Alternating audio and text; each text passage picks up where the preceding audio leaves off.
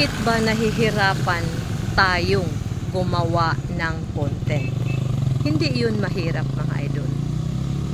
Unang gagawin natin ay mag-isip kung ano ba ang gusto natin na i-content. At syempre, andito, palagi tayong may notebook. Diyan i-record natin, ilista natin kung ano ang gusto nating gagawin na content. Kasi hindi naman pwedeng wala tayong notebook kasi hindi natin malaman kung ano ba talaga ang ating i-content ngayon. So, nasa notebook natin nakalista kung ano man ang ating gusto na i-content. At syempre, kung magla-live tayo, mayroon din tayong notebook. Anong nasa notebook? Yung mga content mo, yung mga topic mo, dyan mo isulat sa iyong notebook lahat. Oo, hindi pwedeng wala tayong notebook. Kasama yan sa ating pagiging isang content creator, ang isang notebook. O, diba?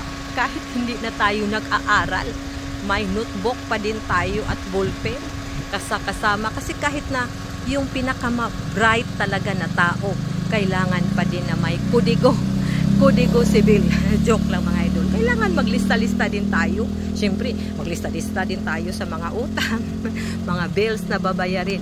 Kasi kung makikita natin ang mga listahan sa mga babayarin natin, dyan, makumbinsi, ma-inspired tayo, nagagawa tayo ng content para kumita tayo dito sa Facebook. So, kaya, bili na kayo ng notebook dyan para naman may content kayo.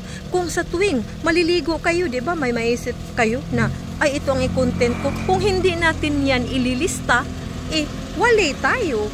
Malilimutan natin 'yan pagkatapos nating maligo or kumain.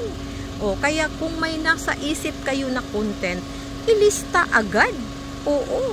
Mag-sideline tayo sa Facebook kasi alam natin may pera dito. Basta matyaga at masipag tayo na sumunod sa lahat ng mga roles ni Meta, 'di ba?